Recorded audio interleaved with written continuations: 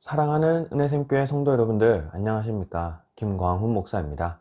우리 오늘 하루도 말씀을 붙들면서 이 마지막 때에 깨어 기도하며 살아갈 수 있는 우리 그런 귀한 하루, 귀한 성도들이 되었으면 좋겠습니다. 이 시간 함께 살펴볼 하나님의 말씀은 베드로전서 4장 7절에서 11절까지의 말씀입니다. 여러분들은 혹시 누군가가 혹은 여러분들의 자녀들이 여러분들에게 신약 성경의 메시지가 무엇인가요? 라고 물어본다면 여러분들은 뭐라고 대답해 주시겠습니까? 신약 성경을 한 문장으로, 한마디로 무엇을 전하고 있는 겁니까? 무엇을 선포하고 있는 겁니까? 라고 물어본다면 여러분들은 이 신약 성경을 어떻게 요약하시겠습니까? 힌트를 드리자면 구약 성경을 이 한 메시지로 요약을 한다면 메시아, 우리를 구원해줄 구세주가 올 것이다가 구약 성경을 한 문장으로 요약할 수 있는 메시지입니다. 자, 그렇다면 신약 성경을 한 문장으로 요약할 수 있는 메시지는 무엇일까요? 신약 성경은 이 한 문장으로 요약할 수 있습니다. 오늘 읽은 우리 7절 말씀, 베드로전서 4장 7절 말씀입니다. 만물의 마지막이 가까이 왔다. 이게 신약 성경을 요약할 수 있는 한 문장입니다. 만물의 마지막이 가까이 왔다. 즉, 종말이 왔다. 심판이 가까워지고 있다. 이게 신약 성경을 관통하고 있는, 신약 성경을 한 문장으로 요약할 수 있는 신약 성경이 전하고 있는 메시지입니다. 그래서 이 마지막 선지자, 신약을 이제 끝내는, 신약을 시작하고 구약을 끝내고 신약을 시작하는 마지막 선지자 세례 요한의 설교도 그렇습니다. 마태복음 3장에 보면요, 그때 세례 요한이 이르러 유대 광야에서 전파하여 말하되 회개하라 천국이 가까이 왔느니라 하였으니, 회개하라 천국이 가까이 왔느니라, 이게 무슨 메시지입니까? 천국이 임한다라는 건 뭐예요? 종말이 임한다라는 거예요. 이 세상의 끝, 심판이 임한다라는 겁니다. 회개하라 종말이 왔다. 회개하라 심판의 때가 올 것이다 라는 거죠. 예수님이 전하신 첫 설교도 무엇입니까? 회개하라 천국이 가까이 왔느니라. 똑같은 메시지입니다. 심판이 임한다는 거예요. 종말이 임한다는 거예요. 지금 우리가 살고 있는 이 시대는 말세, 끝을 향해 가고 있는 그 마지막 세대라는 겁니다. 우리가 오늘날 살아가고 있는 이 시대가 종말이라는 것을 알고 살아가는, 우리가 오늘 살아가는 지금 이 순간이 마지막 때라는 것을 알고 살아가는 자들과 우리가 오늘 살아가는 이 시간이 마지막 때라는 것을 알지 못하고 인식하지 못하고 살아가는 사람들의 자세는 확실히 다를 수밖에 없습니다. 그것을 잘 보여줬던 예 중 하나가 예수님이 마지막으로 십자가 지시기 전에 마지막으로 기도하러 산에 올라가셨습니다. 그때 제자들을 데리고 가셨거든요. 그래서 제자들에게 너희도 여기서 깨어서 함께 기도하여라 하고 예수님께서 따로 떨어지셔서 기도하러 가셨습니다. 근데 어땠습니까? 제자들은 예수님이 돌아올 때까지 깨어있지 못하고 거기서 졸고 있었습니다. 그래서 이 예수님이 제자들에게 마태복음 26장 40절에 제자들에게 오사 그 자는 것을 보시고 베드로에게 말씀하시되 너희가 나와 함께 1시간도 이렇게 깨어 있을 수 없더냐. 시험에 들지 않게 깨어 기도하라. 마음에는 원이로되 육신이 약하도다 하시고 이 깨어 기도하지 못하는 이 제자들을 바라보며 안타까워하셨습니다. 만약에 이 제자들이 그 예수님이 마지막이라는 사실, 그 예수님이 지금 자신들과 함께 할 수 있는 이 마지막을 가르쳐 줄 수 있는 그 때라는 사실을 알았다면 제자들은 이렇게 졸고 있지 않았을 겁니다. 어떻게 해서라도 무슨 수를 서서라도 깨어서 그 예수님의 마지막을 함께 했을 겁니다. 근데 제자들은 예수님이 십자가 지실 거라는 사실을 믿지 않았거든요. 그 사실을 자기들이 받아들이지 않았거든요. 예수님이 십자가 지시고 지금 이 순간이 마지막 때라는 사실을 그들은 알고 있지 못했습니다. 그래서 그들은 깨어서 기도하지 않고 졸고 있었던 거예요. 만약에 예수님이 그들과 함께하는 그게 마지막이었다는 것을 이 제자들이 알았다면 그들은 이렇게 졸지 않았을 겁니다. 말세를 살아가는 우리도 마찬가지입니다. 우리가 정말 오늘 우리가 살아가는 이 시대가 마지막 때, 종말에, 우리 말세지말이라는 말도 있지 않습니까? 마지막 중에 마지막이에요.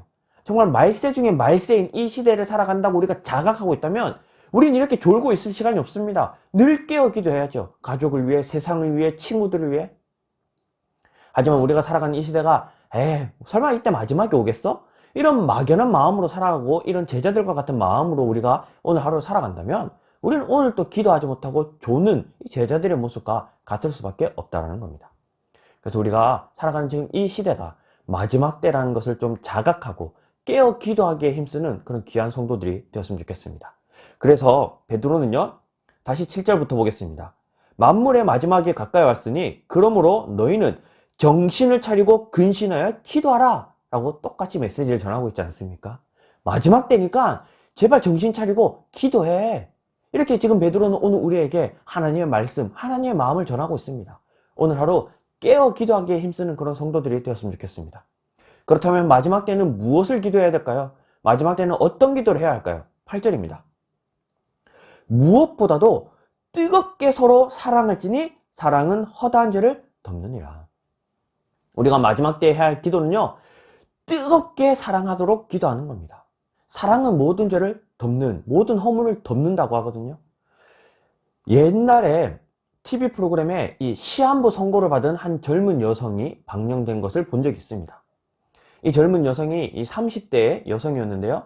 이제 3개월 안에 죽는다라는 그런 시한부 선고를 받았습니다. 그때 이 여성이 했던 가장 첫 번째 일은요, 자신이 정말 끔찍하게도 싫어하고 자신이 정말 미워했던 자신의 아버지를 찾아가서 용서해 주는 거였습니다.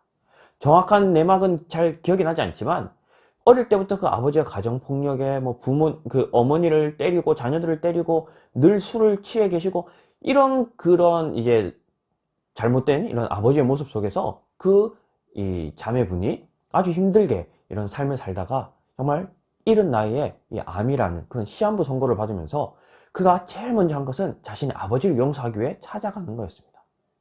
이처럼 우리가 마지막 때를 알고 있다면, 죽을 때라는 것을 알고 있다면 미워할 시간이 어디 있겠습니까? 다툴 시간이 어디 있겠습니까? 조금이라도 사랑하고 조금이라도 용서해주고 조금이라도 함께 시간을 보내는 것, 그게 마지막 때를 살아가는 우리들의 자세가 되어야 되지 않겠습니까?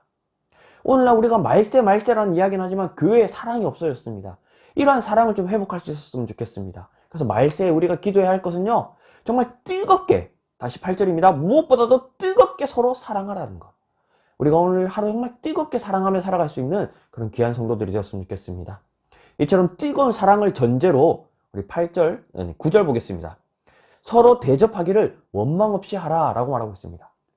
우리가 가끔 이 대접하는 사람들을 보면요, 대접에는 항상 원망이 따라오는 그런 모습을 보게 됩니다. 처음에는 가볍게 대접을 했습니다. 그리고 또 대접하다 보면 어느 순간, 아니 내가 이렇게까지 대접했는데 저 사람은 어떻게 고맙다는 말을 안 하지? 내가 이렇게까지 베풀었는데 아니 저 사람은 어떻게 나한테 저런 것조차 안 해주지?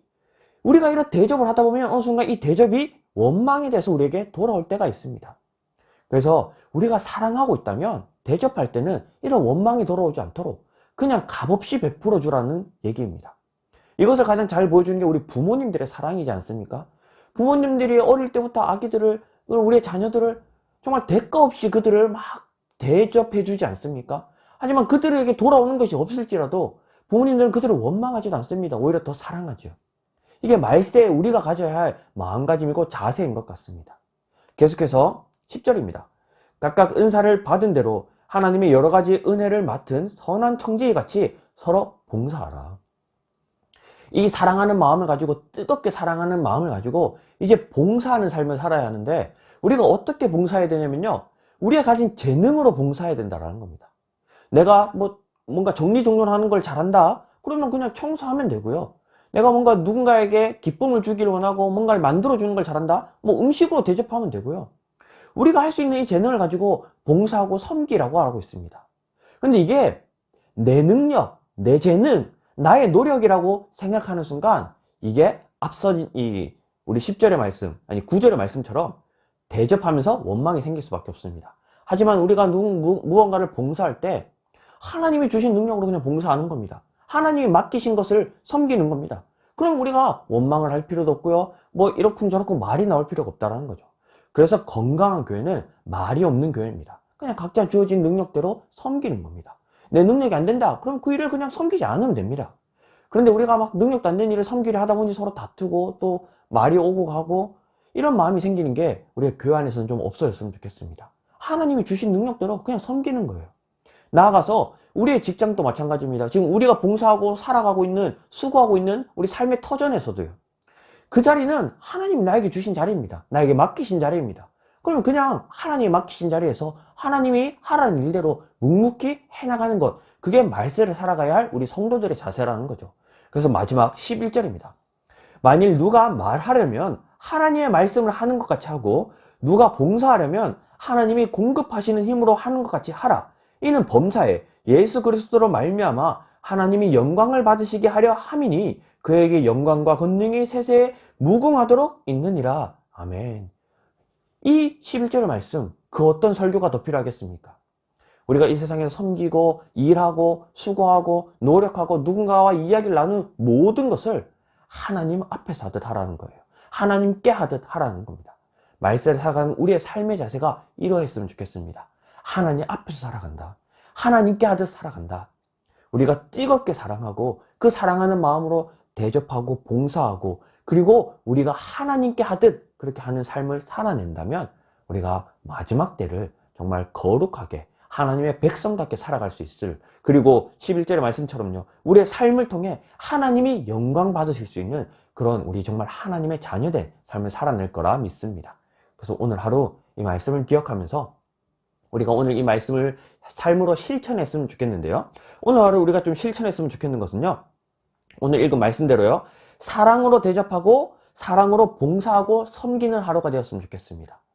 정말 뭔가 대가를 바라는 것이 아니라 우리가 그냥 오늘 하루 가볍게 누군가에게 베풀고 섬기는 것을 다 사랑으로 하나님께 하듯 했으면 좋겠습니다. 예를 들어서 제가 늘 이제 한 번씩은 전하는 이런 실천 항목이지만, 우리가 직장에서 직장 동료들에게 커피를 나눠주는 것, 커피를 사주는 것, 간식거리를 사주는 것, 이거 하나님께 하듯, 하나님, 제가 오늘 하나님께 맛있는 커피 한 잔 사드리겠습니다. 이러한 마음으로 우리 같이 일하는 사람들에게, 또 오늘 만난 사람에게 맛있는 거라도 사줄 수 있지 않습니까? 이처럼 그것을 나눠줄 때 뭔가 대가를 바라거나, 오늘 내가 밥 샀으니까 저 사람이 이번에 좀 커피 한번 사줘야지, 이런 마음이 아니라 정말 뜨겁게 사랑하는 마음을 가지고 하나님께 하듯 오늘 하루 정말 누군가를 섬기고 뭔가를 또 나누어주고 봉사해 줄 수 있는 그런 실천이 있는 하루가 되었으면 좋겠습니다. 그래서 오늘 말씀을 기억하면서 우리 두 가지 기도했으면 좋겠는데요. 먼저 우리 자기 자신을 우리 좀 위해서 기도했으면 좋겠습니다. 우리가 살아가는 지금 이 시대가 말세, 종말이라는 것을 조금 인식하며 살아갈 수 있도록, 그래서 우리가 깨어 기도하는 그런 오늘 하루를 살아낼 수 있도록 자기 자신을 위해 기도했으면 좋겠고요. 두 번째는 우리 직장을 위해서 기도했으면 좋겠습니다. 우리의 직장, 지금 내가 속해 있는 어떤 모임과 공동체는요, 하나님이 우리를 그곳에 세우셨습니다. 하나님이 우리를 청지기로서 그곳에 세우셨습니다. 내가 지금 내 재능으로 그곳에 있는 것 같지만 그 재능 하나님이 맡기신 겁니다. 그렇다면 우리가 직장에서 하는 그 모든 일을 하나님께 하듯, 그곳에서 만나는 모든 사람들을 하나님의 말씀을 전하듯, 그렇게 오늘 하루 정말 우리의 직장에서 하나님의 영광을 나타내고 하나님의 영광 받을 수 있는 그런 삶을 살아낼 수 있도록 우리가 속해 있는 직장과 모임, 공동체를 위해서도 기도했으면 좋겠습니다. 우리 자기 자신과 직장을 위해 이제 다 같이 한번 기도하도록 하겠습니다. 기도하겠습니다. 사랑하는 하나님, 감사합니다.